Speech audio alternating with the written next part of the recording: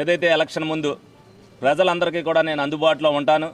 ఏదన్నా ఒక రోజున హాస్పిటల్కి వెళ్ళినప్పుడు అర్ధరాత్రి 12ంటికి నాకు ఫోన్ చేస్తే ఆ రోజున డాక్టర్కి ఫోన్ చేస్తే ఆ ప్రాణం కాపాడినప్పుడు ఆ విలువే తెలుసుదేంటి అనేది నేను చెప్పడం జరిగింది.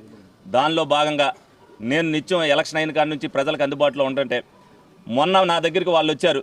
ఏదైతే వాళ్ళ పాపకి కిడ్నీ పనిచేయట్లేదు, కిడ్నీ ట్రాన్స్ప్లాంటేషన్ చేయాలి, తల్లి ఇస్తానని చెప్పింది, మాకు ఎల్ఓసి కావాలని చెప్పి. ఆ తల్లికి 2 లక్షల పైన ఆదాయం ఉండటం వల్ల మరి అది ఒక్క రోజులో ఇవ్వడానికి కుదిరే పరిస్థితి కాదు.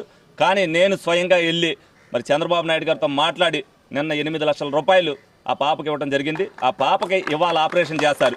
మరి నిజంగా నేను అందుబాటులో లేకపోతే, నేను నిన్న వెళ్ళకపోతే ఆ పాపకి 8 లక్షలు దక్కే కాదు, ఈ రోజున ఆపరేషన్ చేసే పరిస్థితి ఉండేది కాదు. తప్పనిసరిగా ప్రజలకి ఈ విలువ తెలియాలనే ప్రజాప్రతినిధిగా నేను ఆ రోజున కూడా చెప్పా.